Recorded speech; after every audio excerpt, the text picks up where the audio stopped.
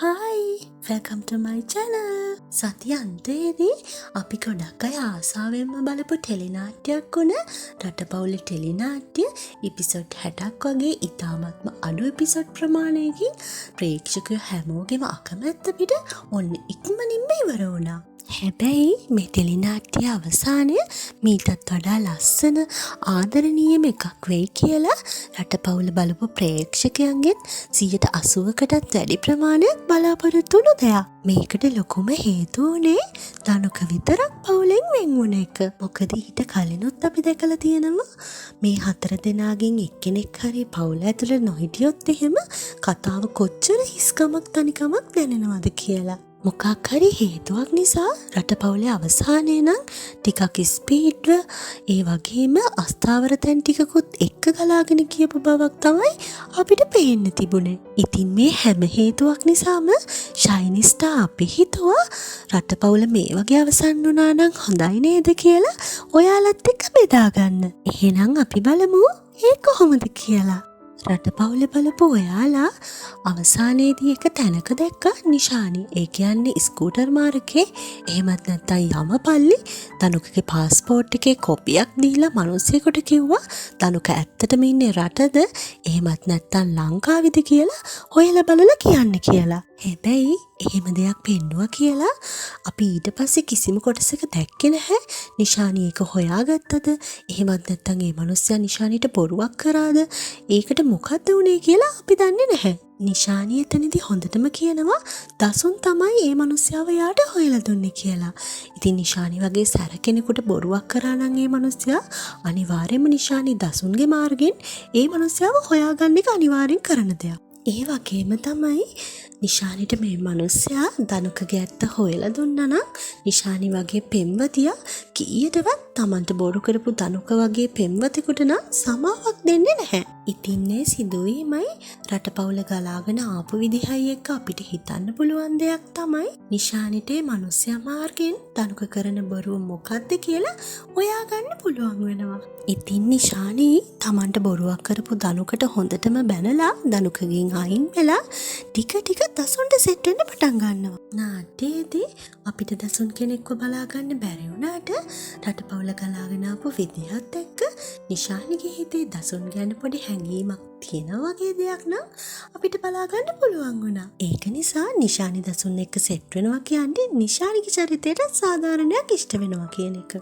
හැබැයි ධනුක කියන්නේ තමන්ගේ කෙල්ල අතහැරලා දාපු ගමන්ම තවත් කෙල්ලෙක්ව සෙට් කරගනී කියලා හිතන જાතියේ කොල්ලෙක් නෙවෙයි. ඒ නිසා අපි නාට්‍යය දැක්කා වගේම ධනුක අප්සරා ඇතුළුව හැමෝටම දුකින්ම සමුදීලා මේ හැමෝගෙම යහපත වෙනුවෙන් රුමේනියාව බලා පිටත් වෙනවා. ඉතින් එදා එයාපෝට් එකට ධනුකව ඇරලවලා එනකොට අපි නාට්‍යය දැක්කා වගේම ධර්මයේ දමයන්ති දෙන්න අප්සරත් එක්ක ආදරණීය ලෙසින් පවුලක් විදියට ජීවත් වෙනවා එතන ඉඳලා. ඊළඟට රටපවුල ඇතුළත සිද්ධ වෙන්නේ අවුරුදු ගානකට පස්සේ වෙන සිදුවීම් ටිකක්.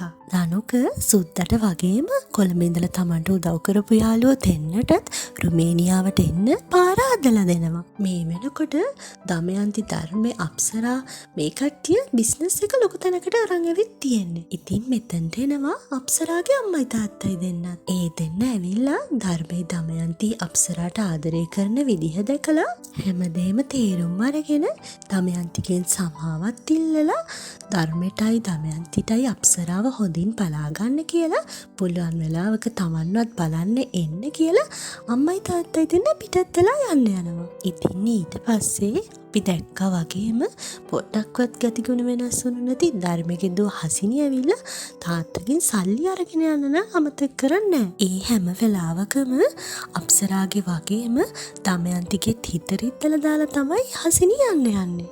අප්සරාලා කරපු බොරුව නිසා කීයටවත් තමන්ගේ අම්මලා අප්සරාට කැමති වෙන්නේ නැහැ කියලා තේරුම් ගන්න යුරේෂ් එතන ඉඳලා අප්සරාගේ හොඳම යාළුවෙක් වෙලා තමන්ගේ ජීවිතෙත් අප්සරාලාගේ බිස්නස් එක මාර්ගෙන් ගොඩ දාගන්න try කරනවා. ඔයාලා නාට්‍යයේ එක තැනකදී දැක්කා එක කස්ටමර් කෙනෙක් ඇවිල්ලා ධනුකගේ අම්මගේ මාළු බෙදුම ගැන විස්තර අහන තැන. මේ සිදුවීම මෙන්න මේ වගේ වෙනස් වුණා නම් රටපවුලේ අවසානයේ මීටත් වඩා ලස්සන ආදරණීය එකක් වෙන්න තිබ්බා. ඉතින් මේ කස්ටමර් අප්සරත් එක්ක කතා කර කර ඉන්න වෙලාවේ අප්සරාගේ පිටිපස්සේ ටේබල් එකට තවත් කස්ටමර්ස්ලා කීප දෙනෙක් ඇවිල්ලා අසුන් ගන්නවා කියලා අප්සරාට තේරෙනවා. අප්සරා දනුකගේ අම්මගේ මාළු බෙදුම ගැන විස්තර කරනකොටම පිටිපස්සේ ටේබල් එකේ ඉන්න කස්ටමර් ඕඩර් කරනවා දනුකගේ අම්මගේ මාළු බෙදුමයි දමයන්ති අම්මගේ පොල් රොටි ඕන කියලා. ඉතින් මේ කටහඬ ඇහෙනවත් එක්කම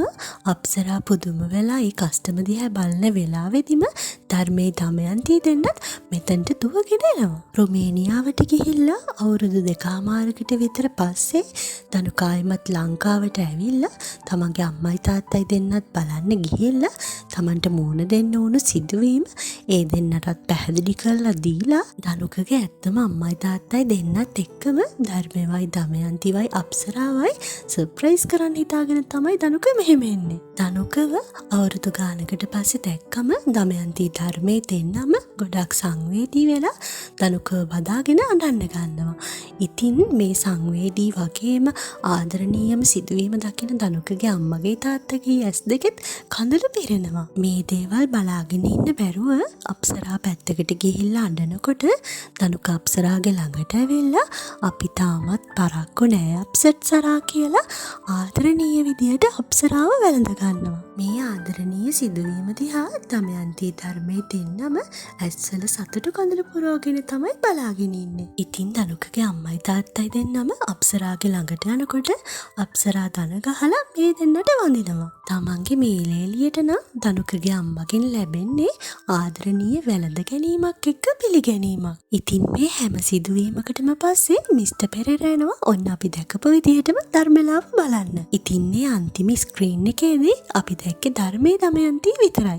ඒත් මගේ අදහසට අනුව නම් ධර්මකේ දමයන්තිගේ ළඟට අප්සරයි දනුකයි දෙන්නත් ඇවිල්ලා දනුක hina වෙලා රටපවුල හරි රොටි පවුල හරි මොන පවුල හරි අපි දැන් ආයෙමත් එකටනේ කියලා හතර දෙනාම ආදරණීය වැළඳ ගැනීමකින් නාට්‍ය ඉවර කරා නම් ඇත්තටම මේ නාට්‍ය අපි බලපු අවසානයටත් වඩා ආදරණීය වගේම ලස්සන අවසානයක් වෙන්න තිබ්බා. ඉතින් අපි දන්නේ නෑ රටපවුලේ සීසන් 2 එකක් ඉස්සරහට එන්න තියෙන නිසා කැමති කෙනෙකුට කැමති දෙයක් හිතා ගන්න දීලා නාට්‍ය ඉවර කරාද එහෙමත් නැත්නම් ආයි කවදාවත්ම රටපවුලේ සීසන් 2 එකක් එන්නේ නැති වෙයිද කියලා නම් සීසන් 2 එකක් ආව නැතා රටපවුල කියන්නේ නම් සුපිරි ටෙලි නාට්‍යයක්. ඔයාලට හිතෙන විදිහට රටපවුලේ අවසානයේ කොහොම ඉවර වුණා නම් හොඳයිද කියලා හිතන විදිය වගේම රටපවුලේ සීසන් 2 එකක් එනවට කැමතිද නැද්ද කියලා පහලින් කමෙන්ට් කරන්න යන්න.